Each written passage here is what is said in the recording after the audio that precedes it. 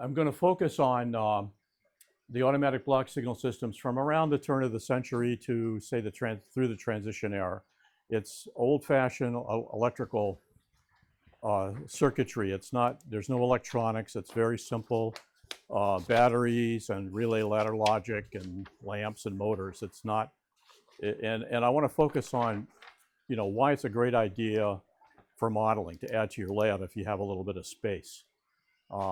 They're hard to, you have to be ready to do some scratch building, be ready to do a little bit of wiring, but it's a neat area. So here we go, automatic block signals. Oh, and by the way, I guess I also want to say that I'm not going to get into interlockings or anything modern with electronic stuff or crossings, railroad crossings, strictly automatic block signals. All right, well, automatic block signals start with the track circuit. And this was an invention just not long after the Civil War. It started out, as a lot of things do, in the most simple way, where people would energize a stretch of rail with a voltage, and then when a train shunted it, the wheels of the train shunted it, it would drop a relay and a signal would turn red. And just like straight air brakes before George Westinghouse got in the picture, every single failure mode resulted in a green signal. If anything was broke, every possible failure mode. And it was this Dr. William Robinson in 1872 that flipped that over. And instead of having a normally de-energized track circuit, he had an energized track circuit. So they put the juice on the rails, and the relay would pick up and show the clear signal. And when the train shunted the track circuit, that would drop the relay, and then you would get a red signal. This was really important because every possible failure mode, broken rail, somebody throw a switch in the block, of course a train in the block, dead batteries, everything would cause the relay to drop out and you'd get a red signal. I liken it to Westinghouse's triple valve air brake system, because with straight air, any failure in the air brakes, you'd have no brakes. But with the triple valve system that we know today, the train line is always charged instead of not being charged, and any failure would cause the air to leak out and the brakes would go on.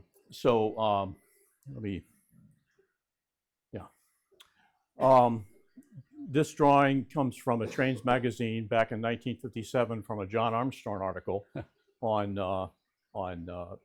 ABS.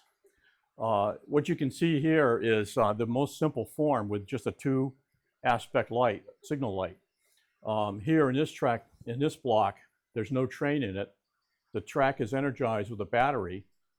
It goes up one rail and then to the other end of the block, through the relay, back to the battery. There's also a resistor in there. And the relay, when it's energized, the armature picks up, and as you can see, the circuitry would connect to the green light, or in the general case, any clear signal the signal can display. When a wheel shunts it, the current gets short-circuited essentially through the wheels, and the relay loses current and drops out. And then you get a red signal, which is the most restrictive signal. There's a lot of, let me move on. Yeah, so just to rehash, with a non-occupied block, there's a battery supplying a low voltage current to the rails, and by low voltage, I mean like 1 or 2 volts typically, a couple of wet cells.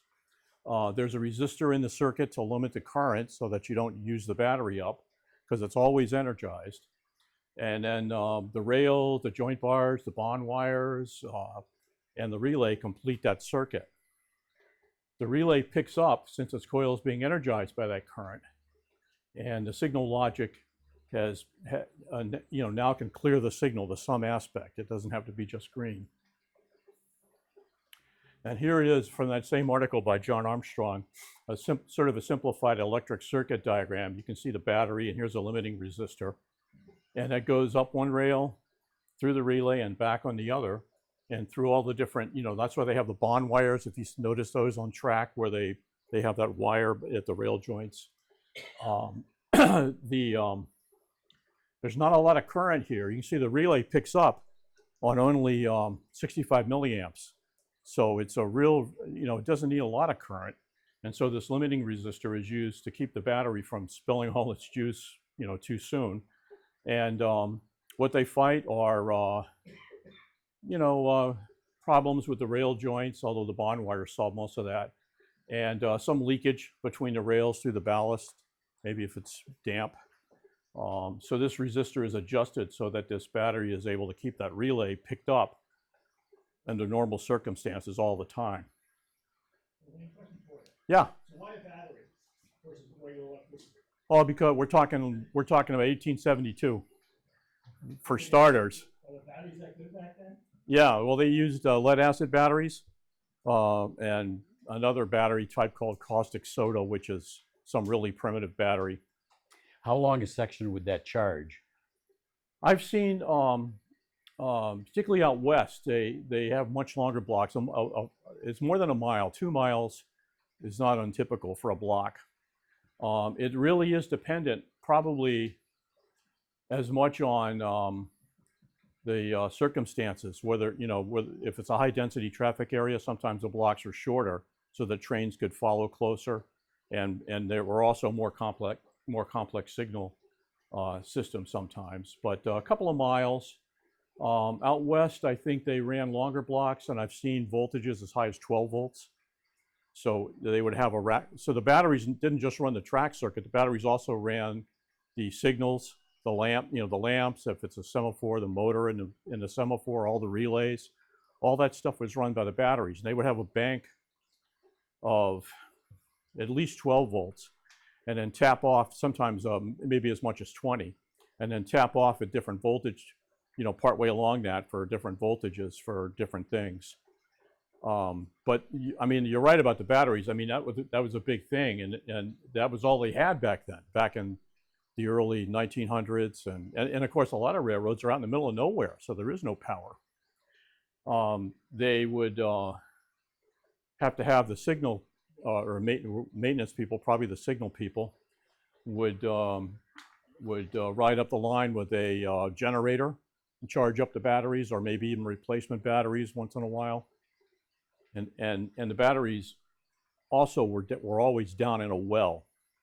Up here in New England, it would be a 4 or 5 foot deep battery well, which kept the temperature even, through the winter. You wouldn't want. These batteries were filled with essentially water, distilled water and acid.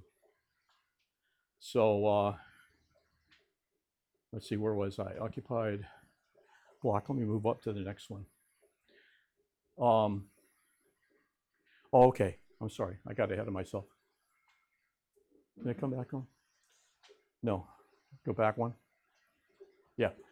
In an occupied block, there's going to be another circuit diagram. The current is shunted by the wheels of the train because they don't have insulated wheels like we do in the model world, and that would cause the relay to drop out, and it's also current is also shunted when a turnout is thrown. As you can see, the point rails on one rail would lead right to the frog, which is connected to the other rail, so that would short the circuit out. And that was desirable. You wanted to know that the block was not only either occupied by a train, but a switch was thrown against it. Resistor again limits the current through the shunted circuit, so you don't just waste voltage. And the signal logic now shows block occupied. And here's a simplified circuit from that same John Armstrong article. You can see that the battery is shorted through the rails and limited only by this resistor. And the relay gets a little tiny bit of current, but not enough to keep it picked up, so it drops. And that's basically how it works. It's a track circuit is a vital system, meaning that all failures should fail in a safe way. And all these failures will drop the relay. and give you a red signal. Broken rail, broken wires, dead battery, loose connection, failed relay, excessive leakage through the ballast, which is more of a nuisance, and any open circuit in the block will cause the relay to drop out, which this is what makes it a vital system. Okay, and the most important component of this is a track circuit relay. And the neat thing about these is these things were invented in the late 1800s, so they've been around for a long time. It's basic electricity. It's not electronics.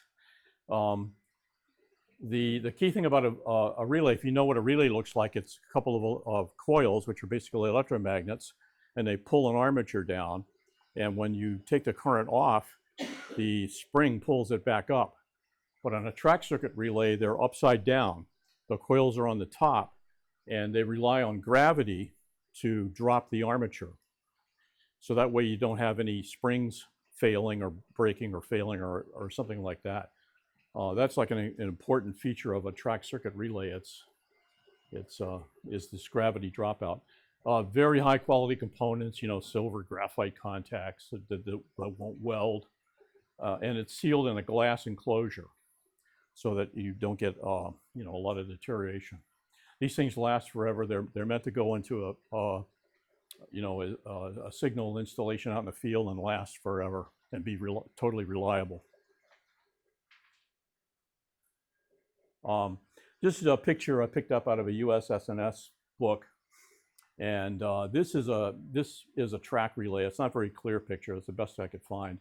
You can see it's in a glass bottle with some kind of a probably Bakelite top, and this is and then the rest of the stuff in this cabinet are other relays controlling the signals. This is code equipment, which is a advanced ABS concept, but that is a track relay. This signal box controls, I don't know, probably 4 signals or something on a double track. Yeah. All right. So now, having gone through the track circuit, the most important part, I guess, or the thing that enabled all this signaling, we'll talk about 3-aspect automatic block signals, and this should be familiar. It's like a traffic signal upside down. They say there's different stories on why the red's at the bottom, but the main story was that if you had like a color light signal, the snow and stuff could cover up the top head, so they didn't want the red not to be visible, so they put the red at the bottom. But I don't know. There's also the railroad slang term high green, so it's hard to know why, you know. And in fact, in the early days, they did them all kinds of ways. It was only in more recent times that they stabilized on this. The green on an ABS signal. An ABS signal, it's an automatic signal. It's not controlled by anything except the track relays and so forth. All the relays out in the circuitry. There's no tower man or dispatcher or anything controlling these signals. They're controlled totally automatically. Proceed is green, means that you have 2 blocks clear. For 3-aspect ABS, 2 blocks clear. Approach means that the next block is clear, but the block beyond that is occupied, so start slowing down. Really, you're supposed to pass it at 30 miles an hour.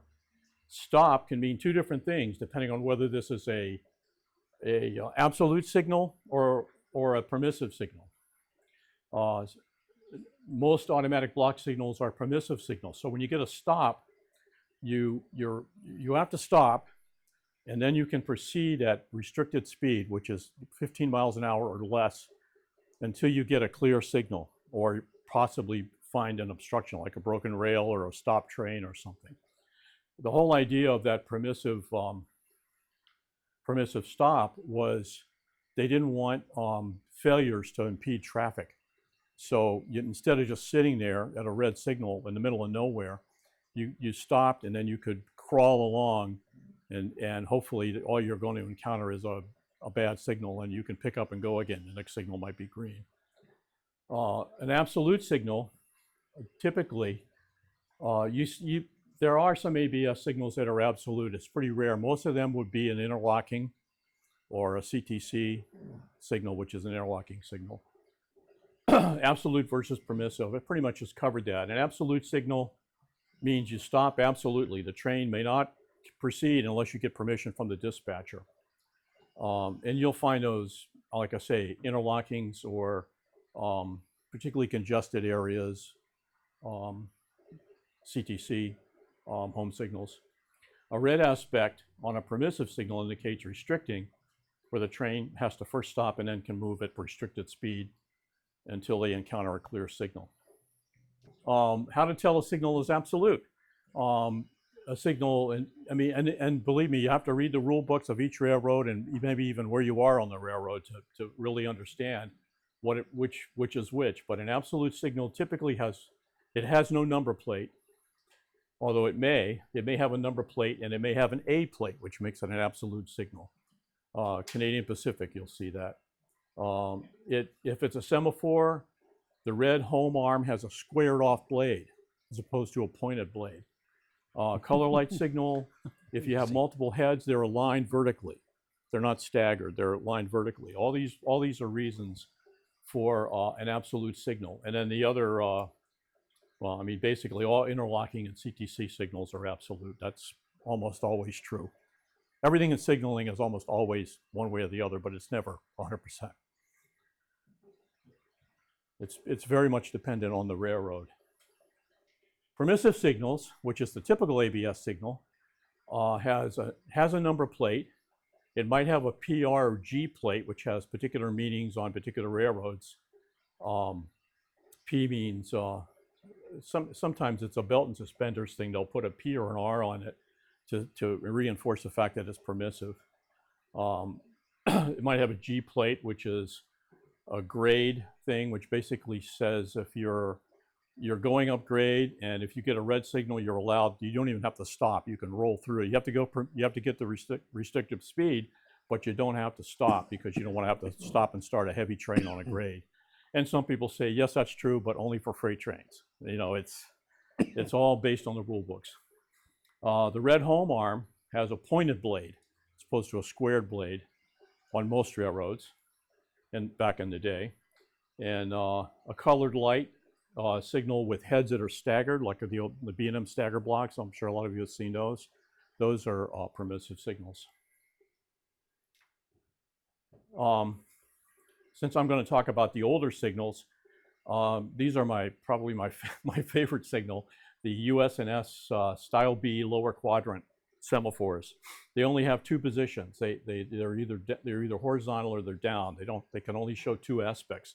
So to get three aspect signals, you had to have two heads.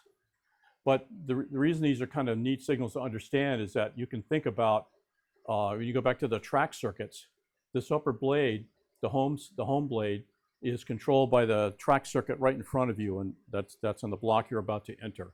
So if that block is clear, the signal is clear. Otherwise, it's red. The yellow distance signal is controlled by the track circuit of the block ahead of you, one block ahead, the advanced block. So if that block is, well, actually there's one more complication, but basically that block has to be clear for this one to clear.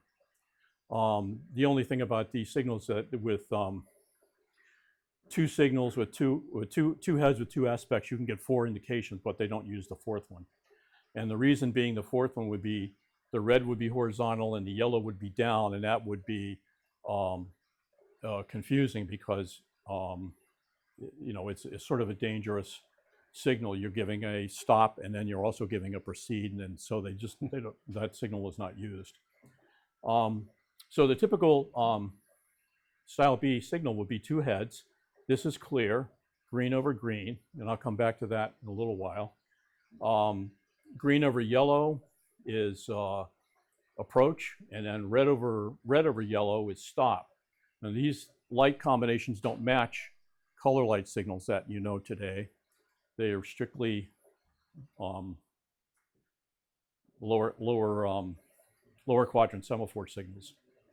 And you've seen these diagrams before, although you mostly have seen them with the red, yellow, green color lights. The block ahead is clear, so it's green over green. The train's in this block, so it's red over yellow, which is stop. The block behind it, this signal is green over yellow, which is approach, same as yellow. and then you get green over green back here. So you have 2 block protection. A following train would see, would have warning 2 blocks ahead before he would encounter a red signal. There are problems with ABS signals with opposing traffic. This is a double track line, but when you have opposing traffic, it's possible for 2 trains to get a green signal if they hit block boundaries at the same time, and then the next thing you know, they got a red. Both of them have a red signal. That was the result of a lot of accidents, and it's something that had to be addressed in ABS signals. By the way, these I'll have some pictures of these coming up, but the B&M and the Main Central had around 2,500 Style B semaphores at one time. We're talking about the early part of the 20th century. The Southern Pacific, the Santa Fe, the Union Pacific were big Style B users. And actually, pretty much all the railroads, I think, were almost into these Style Bs. Here's a Style B signal that was in Putney, Vermont, south of White River Junction on the Connecticut River line. And it's showing a clear aspect. It's got a number, and it's got a pointed blade, so we know it's a permissive signal. And it's mounted on a short mast because of a clearance issue. I think it might have been the train might have been coming out from a truss bridge or something that had restricted vision. Normally, you would see these things about 25 feet high, but this one was purposely built low. This is the post for a new color light signal that will be going in sometime over the next year. So this in 1954 was being replaced by color lights on that line. Here's one of my favorite B&M signals. It looks like an interlocking signal, but it's not.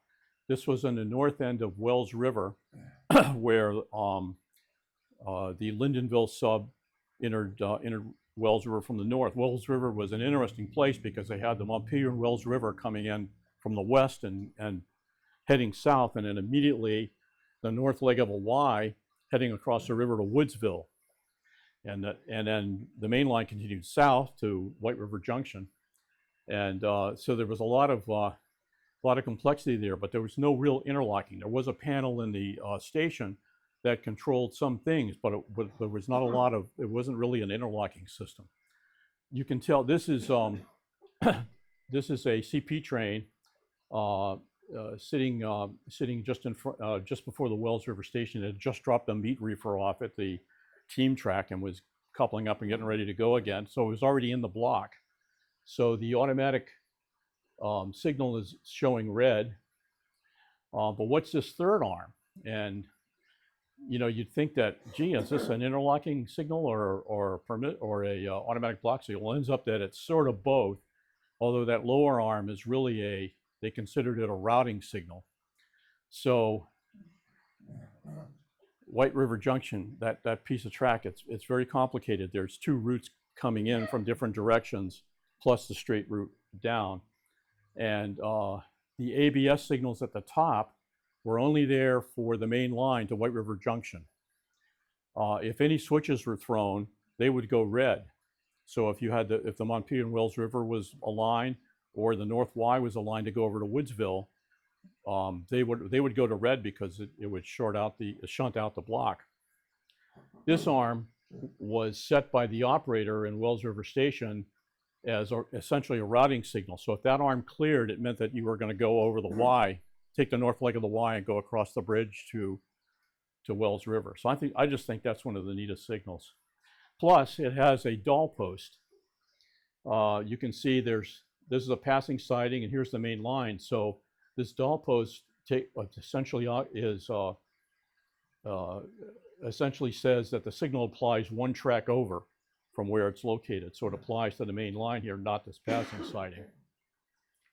I really researched this to try to find a description of it, and I did find something in a B&M employee timetable. It's in CP territory. CP had bought the Lyndonville sub in 1925, so this is CP track up to the Y track in Wells River. But the B&M had something in their timetable, and it said the lower signal arm governs movements to the sign signal territory starts located at the east end of the North Y. So that's all they really said. But that was essentially not an interlocking, but well, I mean, I guess they call it a routing signal, and that's probably pretty accurate. So if all three of them are horizontal, that is a stop, but I think it's a permissive stop. This is a regular vanilla style B semaphore block boundary. Here's a CP train heading north from White River Junction, going up through Wells River up to Newport and Farnham. And he's got a clear block ahead of him. And the opposing traffic sees a red signal because he's in the block. And as soon as this train passes this point, those signals will switch. You know, this one will be clear and that one will be stop. They're permissive. You can see the number, permissive signal, pointed blade. So it's a regular ABS block signal installation. This was, I don't think I have a date on this, probably 1954.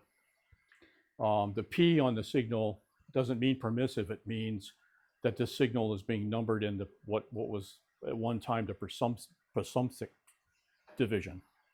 Does that mean that the train coming south is on a siding and there's a no. No. Why are you thinking that? How do the trains pass? Yeah. Oh, well, there was a passing siding in Wells River, but this is not an interlocking signal or anything like that. I suspect that the passing siding was uncircuited. So if the switch was thrown to go into the passing siding, that signal would show red, but it's permissive, so you were allowed to creep past it onto the passing siding track. That's how it typically was done. The marketing department, once they installed all these USNS signals everywhere, there were thousands of them on the B&M, on the main lines all over the place. The marketing department got into it and said, and made this advertisement and said, you know, stop and think about where you want to go on vacation and approach the, you know, list of locations carefully, and then proceed at full speed to the ticket office and buy your tickets on the B&M.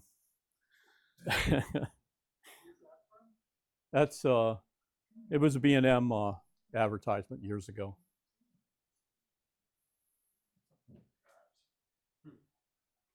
Okay, now preceding the Style B semaphores, which were really the thing that launched ABS signaling, they were also made by other companies. The Hall Signal Company, they pretty much invented the track circuit, and they also invented this signal which is typically called a banjo. It's this signal right here. And these are also two aspect signals, just like these lower quadrant semaphore. They had a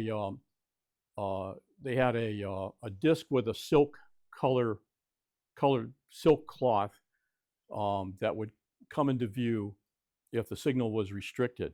If the signal was cleared, a electromagnet would pull that away and show just clear. There would just be glass. And that was the so-called Hall disc signal. It's the same, it was used in the same way as the lower quadrant semaphores. It could only show two aspects, so you needed two signals to show three aspects. These are on the Reading. The Reading was a big user of Hall signals, and the B&M had them too. The B&M had Hall signals in various places until the 50s anyway. They were used, I know, on the commuter line sometimes as station stop signals. So if you have a double track main line through a busy commuter station, if a train was stopped in the station, there'd be a Hall disc signal at each end showing red, which would warn freight trains to stop and not pass while passengers were loading or unloading from the passenger trains. But they were using Hall disc signals for that, just one. And you saw them around old plate terminal areas and stuff like that. They used them well into the 50s, but they were largely gone before the war.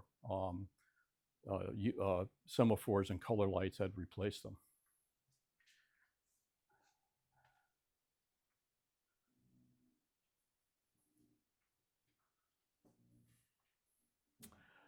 This is a ABS searchlight signal.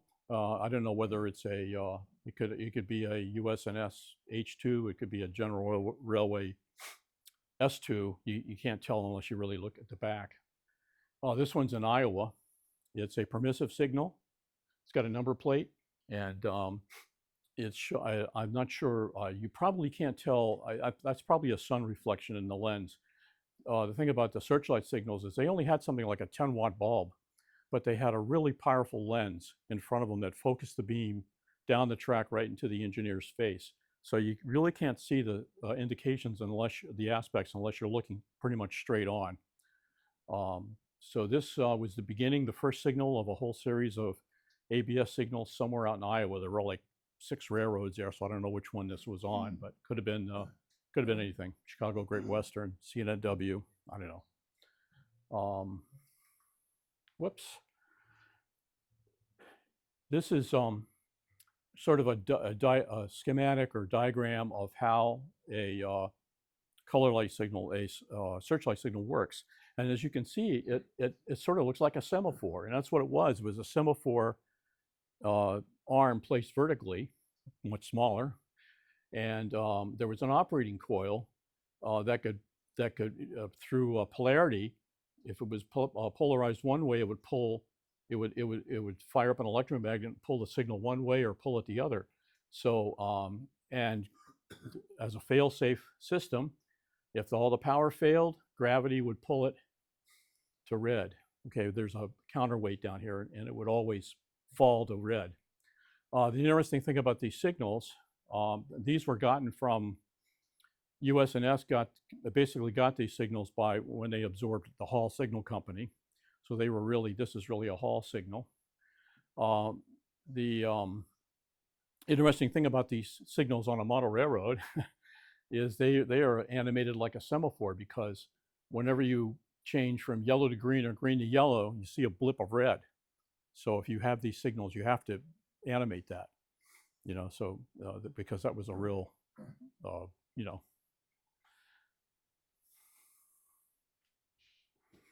I took this picture up on the Lyndonville sub in the 90s.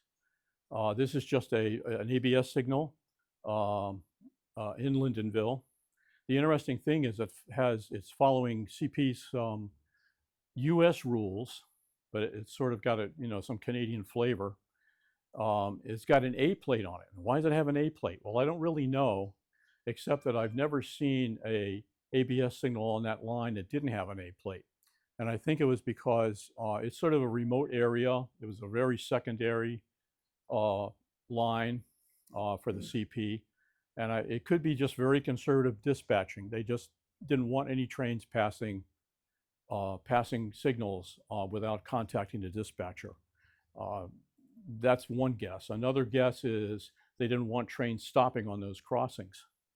Or, as you can see, there's 2 road crossings there. So I don't really know why they have A plates, but I think they're all A plates, except for the siding entrance signals. So it's one of those cases where, yes, it's a single head number plate, but it's got an A plate, which makes it absolute instead of permissive. All these things you got to read the rule books of the particular railroad and even where you are on the particular railroad to get the real story. And I don't have a CP timetable. I wish I did. Here's another picture I took up there in Orleans. I wanted to see what the indication aspects would be on these stagger heads. The Lyndonville sub it was a single track main line with the occasional passing siding, and there was one here in Orleans. But the passing sidings were uncircuited, so there was no track circuit. There were no interlockings. There was no CTC.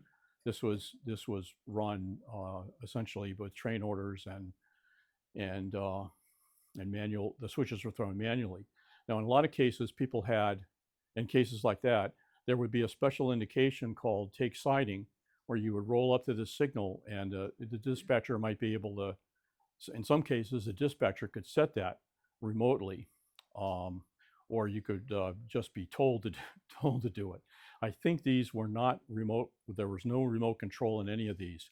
But if you threw that if you threw that switch into that siding, that had to give some other indication, and it could be anything. It could be red over lunar, lunar being a bluish white, which is typically used for inter-restrictive track area. Could be red over flashing red. Could be red over yellow. It's a rule book thing, and I don't have a Canadian Pacific timetable for that area. But so I was up in Newport, watched the local assemble itself, and I rushed down to Orleans to see. I was hoping he would stop and do some work and throw that switch, but he didn't. You couldn't see the signal until he got near because it's approach lit. But so that's why I had to sit there. But anyway, I never solved that mystery, and of course they're all gone now. That's the Ethan Allen Furniture Factory back there, if you've been up that way.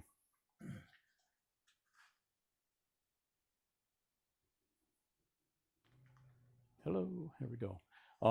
Whoops, we got two.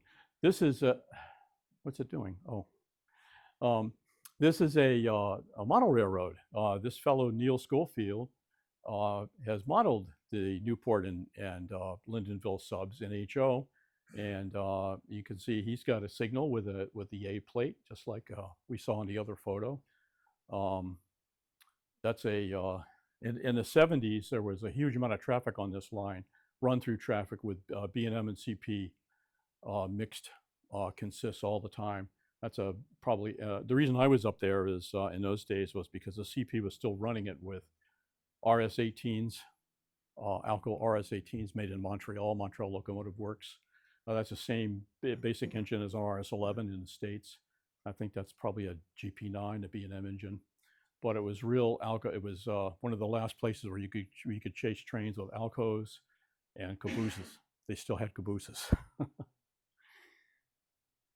I like to see. I haven't been to Neil's. I'd love to see his layout. He's out in Western Mass somewhere. Did this skip again? There we go. The reason I have this picture is this is a double-headed searchlight signal. It's not an ABS signal, strictly speaking, because it's absolute. And in fact, it's protecting and interlocking at Danville Junction in Maine on the Maine Central. The reason I put this picture in is, why is it absolute? The heads are vertical and there's no number plate. So it's an absolute signal. It was controlled by an operator, and I think in the Danville station, there was a interlocking panel for that junction. The reason I showed it is because if you remember, the Style B semaphores, when they're clear, they show green over green. And when the B&M started putting in color light signals like this, they can maintain that green over green aspect for clear, just because they'd had it for so long on so many signals, and they just felt the engineers would be more familiar with it. It's unusual. Only the B&M and Maine Central showed green over green as clear.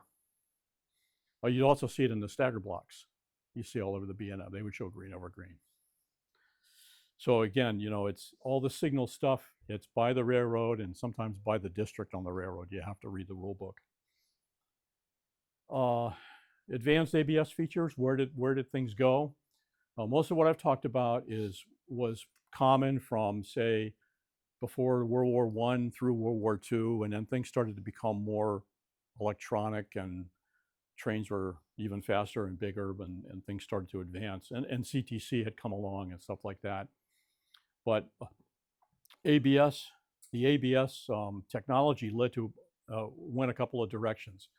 Approach lighting, where they were trying to save the battery, so they would turn the lamp off unless a train was in the vicinity. And when you think about it, if you think about the track circuits again, if the home track circuit or the approaching track circuit were occupied, then I would turn on the lamp. Otherwise, the lamp would be off. High-speed lines with a lot of traffic density. They wanted more advanced notice of a following train, so they could pack them closer together. So they added a fourth indication called advanced approach. I think it might have been more common. I'm not sure it was more common out west, but it was what you would see as just with a regular searchlight signal, they could add that indication by flashing a yellow. So whenever you see actually this is true for interlocking signals, whenever you see a flashing lamp, it generally means up half a step from what the signal would say if it wasn't that way. So a flashing yellow basically says, well, you know, there's a yellow up ahead. So the signal progression would be green, flashing yellow, yellow, and then red. So that would give you 2 blocks notification that there was a train ahead of you. Yellow, flashing yellow. If you had 2 heads, yellow over green, which in modern terms is approach medium, which is really the same thing. Block overlap. This can get very complicated.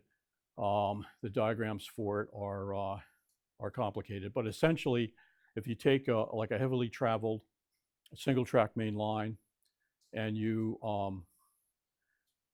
stagger the signals so that one side of the road is a block apart and the other side of the road is half a block between those. Okay, so they're not next to each other.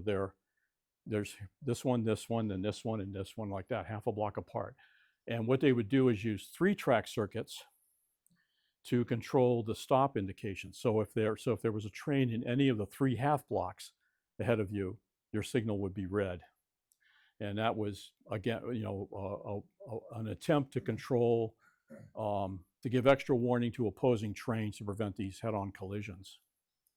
The actual ultimate solution to that was absolute permissive block, APB, which with extra, a whole bunch of extra relays and more wires on the pole line, when a train entered a section of single track, it would trip a relay that would tell all the signals ahead of it to display red to oncoming trains.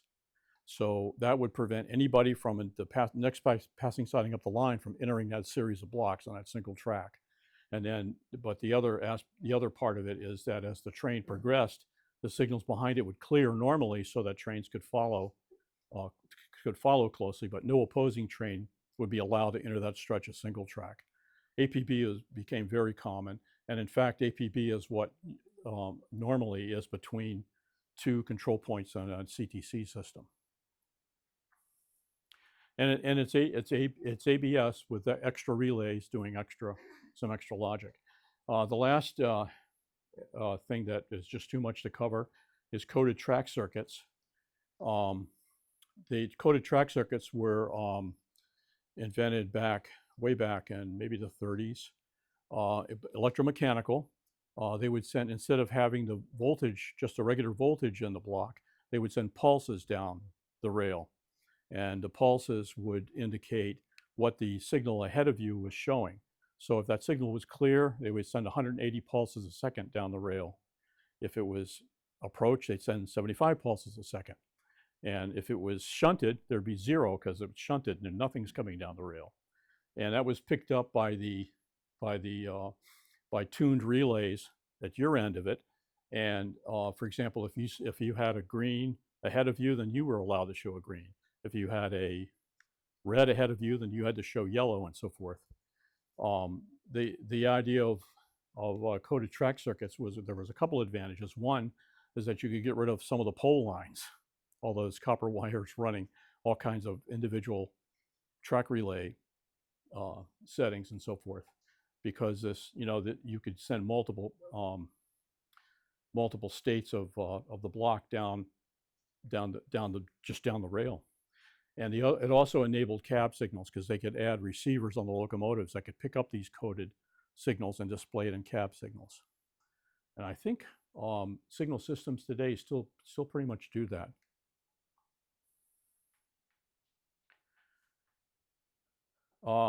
Just an oddity, not an oddity, but if you've ever seen these around, these are track occupancy indicators, they're called.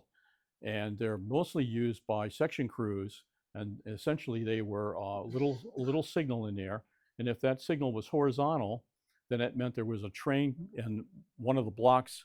I'm not sure, I think it might have been 2 or 3 blocks out in that direction, or a train on the other side going in that direction. and that would tell the section men whether or not they could put their motor car on the track. This one was particularly special because it's at the easternmost part of the St. Johnsbury in Lamoille County at St. Johnsbury, where they curved around and entered the main line at the south end of St. Johnsbury Yard, so they could actually look at these indicators and decide whether to walk out and throw the switch and drive on into St. Johnsbury Yard. What do you mean when it says it was horizontal? Oh, I'll show you a better picture coming up. Come on.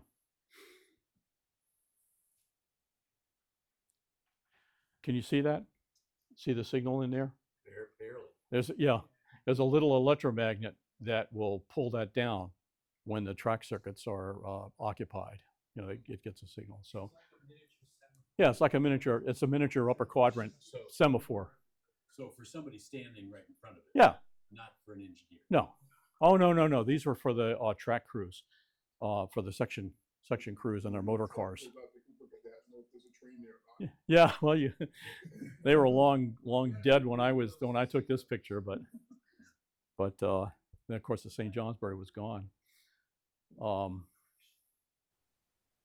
And just a quick little demonstration of the USNS style Bs. No speakers here. Wouldn't hear Well, I guess you could hear it out of this, I guess. Well, I mean, the basic story is this guy and his father bought this USNS style B semaphore from the Southern Pacific up in Oregon and restored it. It was in really bad condition, but they completely restored it. There's the, oh, there you go. That's on mine. Oh, it's on yours. You can see look at this cast iron mechanism. I mean, this is definitely Iron Age construction. So the motor drove a chain, pulled the thing up, and then the solenoid would lock it in place so they could get the motor off the battery. And then this is what I like about them: when they were released, gravity, once again, fail safe. If their power was lost, the solenoid would free up that counterweight, and whammo, up they would go and bounce against a dash pot, which is like a shock absorber. But he has this thing running, and he'll have a little thing at the end. But I mean, at least at the time this video was done, it was out in his backyard and ran on a schedule all day. And there's a lot of signal nuts out there, believe me. Well, I don't know if there's a lot of them, but he's not the only one. And there it is. That was it. That was it in its real place.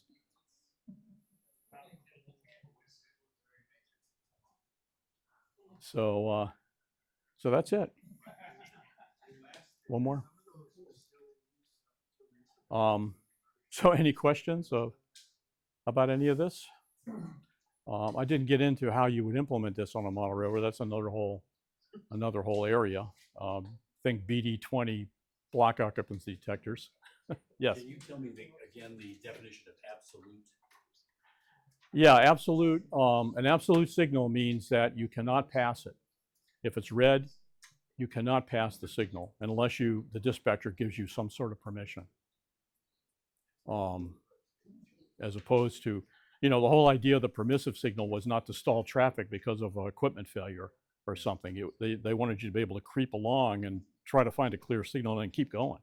But the absolute signal is like an interlocking or some other critical area where, you needed permission to pass the red signal.